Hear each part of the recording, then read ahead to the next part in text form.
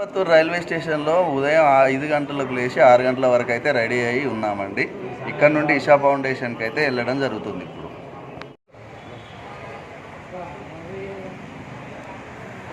6:30కి ఇషా ఫౌండేషన్కి బయలుదేరుతున్నాం. మా గురుస్వామి మూడు బ్యాగులు పట్టుకొని పెద్ద పాదం చేసిండు. అయినా మంచిగానే నడుతాడు. మేమే ముసలోళ్ళ లెక్క మెల్లగా గుంటుకుంటూ నడుతాం. ఈ వీడియోలో అయితే వినాయగర్ టెంపుల్ అలాగే మురుగన్ టెంపుల్కి అయితే బయలుదేరడం జరిగింది. నాకు ఈ కోయంబత్తూరు రైల్వే స్టేషన్కి ఎదురుగానే లాక్ రూమ్ అయితే ఉన్నాయి. ఒక్కొక్క బ్యాగ్ వచ్చేసి 24 అవర్స్కి 25 రూపీస్.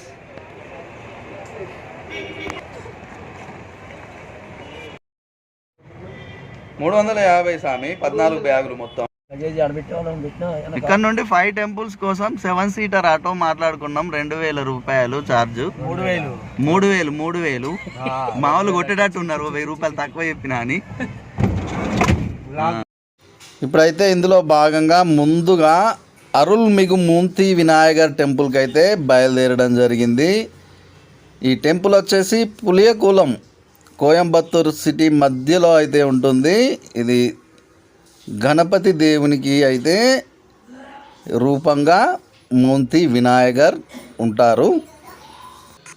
ఇప్పుడున్న ఈ గుడిని 1982న దేవేంద్ర కుల ట్రస్ట్ ఆధ్వర్యంలో ఓపెన్ అయితే చేయడం జరిగింది. మనకి ఇక్కడ కనిపిస్తున్న వినాయకుడు ఎంటైర్ ఏషియాలోనే అతిపెద్ద వినాయకుడు. ఈ స్టాచ్యూని వచ్చేసి గ్రానైట్ ర్యాక్తో అయితే నిర్మించడం జరిగింది. 19 ఫీట్ల హైట్, వెయిట్ వచ్చేసి 190 అడుగులైతే ఉంటుంది.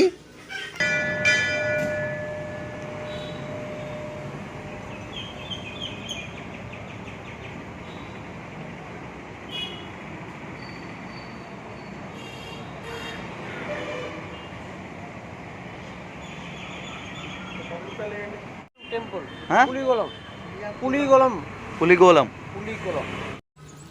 ఈ అరుల్మిగు మూంతి వినాయగర్ టెంపుల్ని పులియకులం వినాయగర్ టెంపుల్ అని కూడా పిలుస్తారు.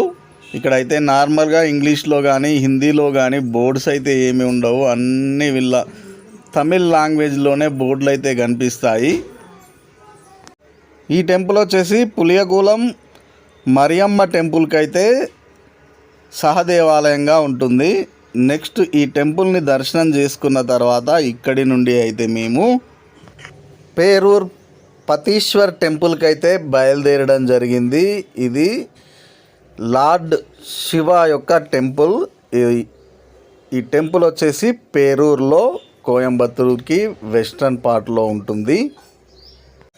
ఈ టెంపుల్ని నోయల్ రివర్కి దగ్గరలో 2nd సెంచరీలో అయితే కరికాల చోళ అయితే నిర్మించడం జరిగింది. ఇక్కడ పరమేశ్వరుణ్ణి పతీశ్వరర్ అని అలాగే పార్వతీదేవిని పంచనాయకిగా అయితే కొలవడం జరుగుతుంది. ఇక్కడ ఉన్న లింగాన్ని అయితే స్వయంభూ లింగము అని అయితే చెప్పడం జరుగుతుంది. అలాగే ఇక్కడ ఉన్న టెంపుల్కి అయితే వేరియస్ నేమ్స్ అయితే ఉండడం జరిగింది ఇన్ని సంవత్సరాలలో.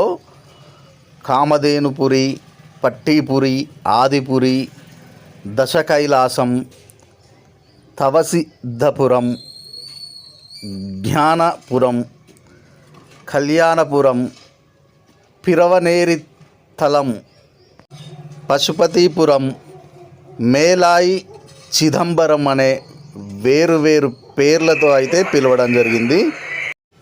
ఈ దేవాలయం తమిళనాడులో ఉన్న దేవాలయాలలో ఓల్డెస్ట్ టెంపుల్ కూడా.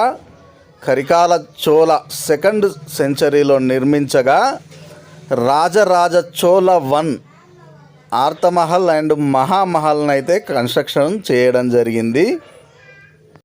అలాగే ఈ దేవాలయానికి హోసల, విజయనగర, నాయకర్ కింగ్స్ అయితే డొనేషన్ అయితే ఇవ్వడం జరిగింది.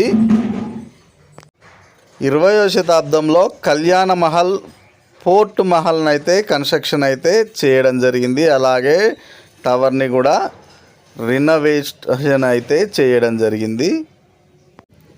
ఈ పేరూర్ పతీశ్వర్ టెంపుల్లో అయితే మనకు రకరకాల గోపురాలు అలాగే హాల్ అయితే కనిపించబడతాయి. ఇందులో ముఖ్యంగా కనక సభ, ఇందులో అయితే బంగారంతో తయారు చేసిన నటరాజస్వామి అయితే కొలువై ఉంటారు. అలాగే పట్టి వినాయగర్ దేవాలయం, గణేష్ టెంపుల్ ఉంటుంది. ఇంకా ఆర్ఎస్ సంబలవనార్, ఇది కూడా శివునికి అంకితం చేయబడిన దేవాలయం ఉంటుంది. ఇక్కడ ప్రతి సంవత్సరం క్లాసికల్ డ్యాన్స్ సెలబ్రేషన్స్ అయితే జరుగుతాయండి.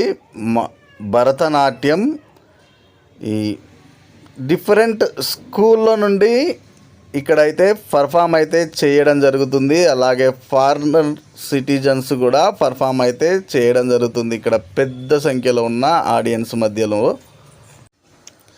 ఈ ఆలయంలో శివుడైతే ఆనంద తాండవం ఆడిన ప్రదేశంగా అయితే భక్తులైతే విశ్వసిస్తారు.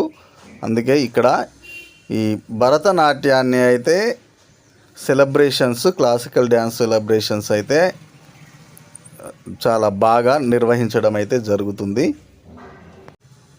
ఈ దేవాలయం అయితే ప్రతిరోజు అయితే భక్తుల దర్శనార్థం ఓపెన్ అయితే చేయడం జరుగుతుంది.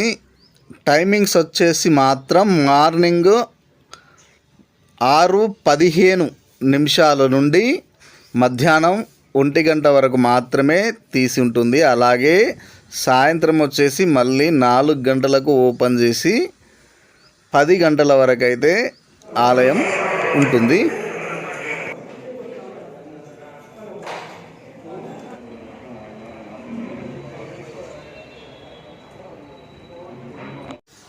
అలాగే మనకు ఈ టెంపుల్లో అయితే ఏనుగు అయితే మనకు దర్శనం ఇస్తుందండి, గజరాజు.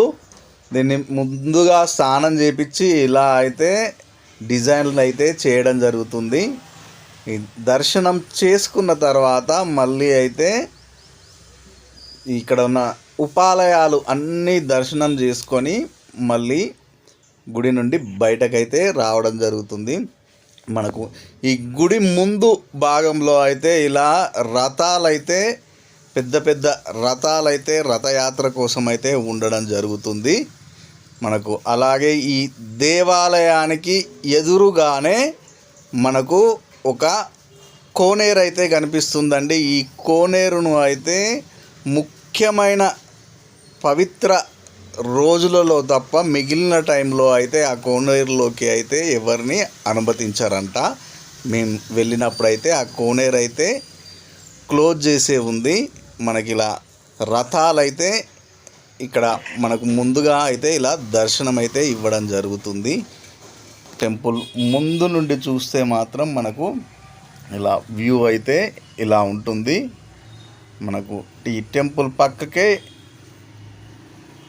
మనం రథాలు పెట్టడానికి ప్లేస్ అయితే అరేంజ్ చేసి ఉంది. ఆ రథాలు పెట్టిన ప్లేస్కు ముందు మనకు ఈ కోనేరు అయితే ఉండడం జరుగుతుంది.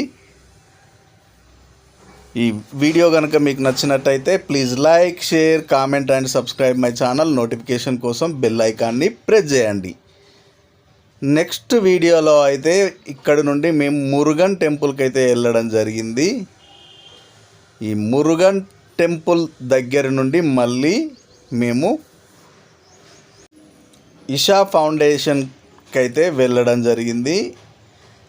నెక్స్ట్ వచ్చే వీడియోలో అయితే ఈ మురుగన్ వీడియో అలాగే మనకి ఈ ఇషా ఫౌండేషన్ వీడియోలు అయితే చేయడం జరుగుతుంది. ఎవరైనా సబ్స్క్రైబ్ చేయని వాళ్ళు ఉంటే సబ్స్క్రైబ్ చేసుకోవడం అయితే మర్చిపోకండి.